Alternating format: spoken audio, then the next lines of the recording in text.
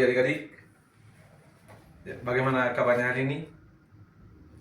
Oke, minggu lalu saya sudah memberitahukan kepada adik-adik bahwa hari ini kita akan bahas materi tentang konsep perbandingan. Ya, oke adik-adik, sebelum ke materi inti, kita akan menjelaskan dulu tujuan dari pembelajaran kita pada hari ini. Oke, tujuan dari pembelajaran kita pada hari ini adalah adik-adik bisa baca sendiri bahwa setelah menyelesaikan pembelajaran ini, adik-adik diharapkan mampu menjelaskan pengertian perbandingan. Yang kedua, menentukan perbandingan dua besaran. Yang ketiga, menyelesaikan masalah perbandingan dalam kehidupan sehari-hari. Oke adik-adik, mungkin adik-adik pernah memasak sayur. Oke, jadi pada saat kita masak sayur dan airnya terlalu banyak dan garamnya terlalu sedikit, maka rasa sayur tersebut akan hambar. Dan ketika airnya sedikit dan garamnya banyak, maka rasa sayurnya akan asin. Jadi oleh sebab itu kita akan gunakan konsep perbandingan ini agar rasa sayurnya pas.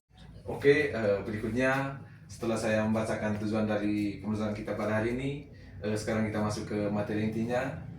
Kita mulai dari pengertian dari konsep perbandingan. Karena saya kemarin sudah menyuruh teman-teman untuk membaca materi konsep perbandingan, mungkin dari teman-teman ada yang mengetahui apa itu konsep perbandingan? Tidak tahu, Pak. Oh, tidak ada yang tahu ya. Nah teman-teman, konsep perbandingan itu sendiri adalah cara membandingkan dua atau lebih besaran untuk mengetahui hubungan atau ukuran relatif dari kedua atau lebih besaran tersebut. Ya, misalnya Frino memiliki 4 buah mobil. Frino 4 mobil. Dan Arvin memiliki 6 mobil.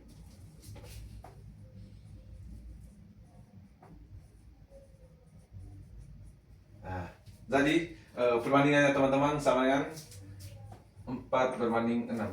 Nah, jadi perbandingan itu teman-teman dapat disimpulkan dengan tanda titik 2.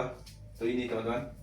Nah, jadi perbandingan tersebut adalah 4:6 atau dapat kita sederhanakan menjadi 2:3.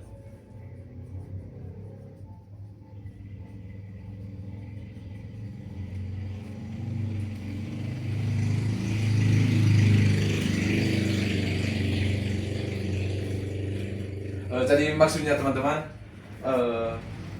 jika Trino memiliki 2 mobil, maka Alvin memiliki 3 mobil. Ya. Dari teman-teman, dalam pengertian tadi bahwa perbandingan itu tidak hanya menunjukkan selisih, tetapi menunjukkan hubungan antara suatu besaran. Jadi di sini kita ambil contoh juga teman-teman supaya teman-teman lebih paham. Misalnya teman-teman nanti membantu orang tua untuk mensortir rumah. Nah, dari sini teman-teman pasti nanti mencampur semen dengan pasir. Jadi perbandingannya misalnya satu sak semen berbanding dengan 4 ember pasir.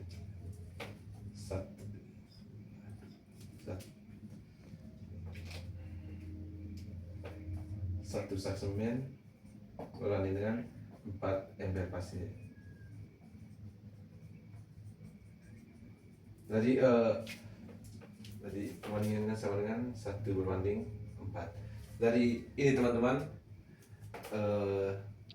maksudnya begini teman-teman, setiap satu bagian sak semen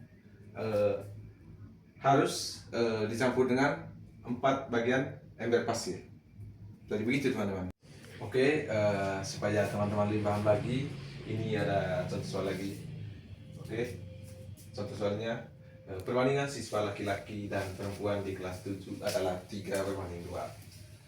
Jadi, jika jumlah seluruh siswa 35 orang, berapa jumlah siswa laki-laki dan perempuan?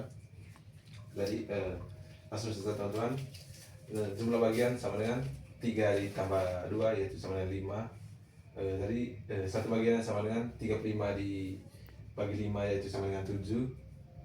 Laki-laki di sini sama dengan 3 dikali 7 teman-teman, sama dengan 21 orang. Dan perempuannya sama dengan, ya ini tadi 2 dikali 7 sama dengan 14 orang.